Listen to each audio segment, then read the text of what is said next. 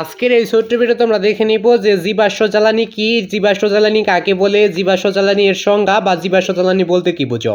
তো এই প্রশ্নের উত্তর কিন্তু আমরা আজকে দেখে নিব। আর সব থেকে কম সময় উত্তরগুলো পেতে এবং সঠিক অ্যান্সারটা পেতে চ্যানেলটাকে সাবস্ক্রাইব ফলো করবা এবং সকলের প্রতি আমার সালাম, আসসালামু আলাইকুম। তো সকলে ইসলামের জব টেনে নেবে।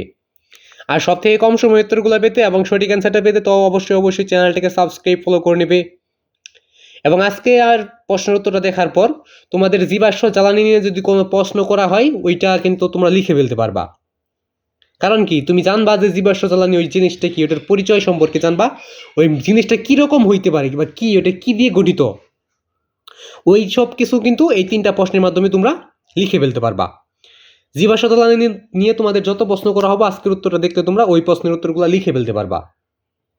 তো আশা করি বুঝতে পারছো। তো আর যারা নতুন আছো চ্যানেলটাকে সাবস্ক্রাইব এবং ফলো করে নেবে, কারণ তোমাদের একটা করে সাবস্ক্রাইব এবং ফলো আমার নতুন ভিডিও করার আগ্রহ যোগায়।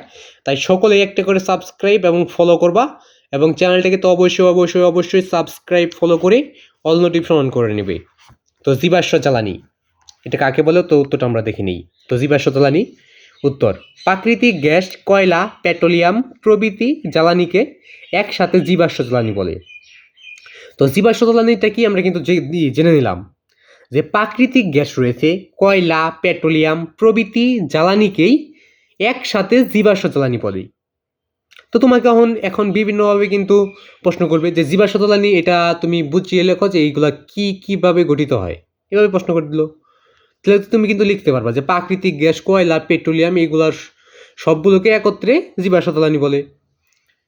তো আশা করি বুঝতে পারছো। তো ভিডিও যদি ভালো লেগে থাকে তাহলে চ্যানেলটাকে সাবস্ক্রাইব ফলো করে অল নোটিফিকেশন অন করে রাখবা।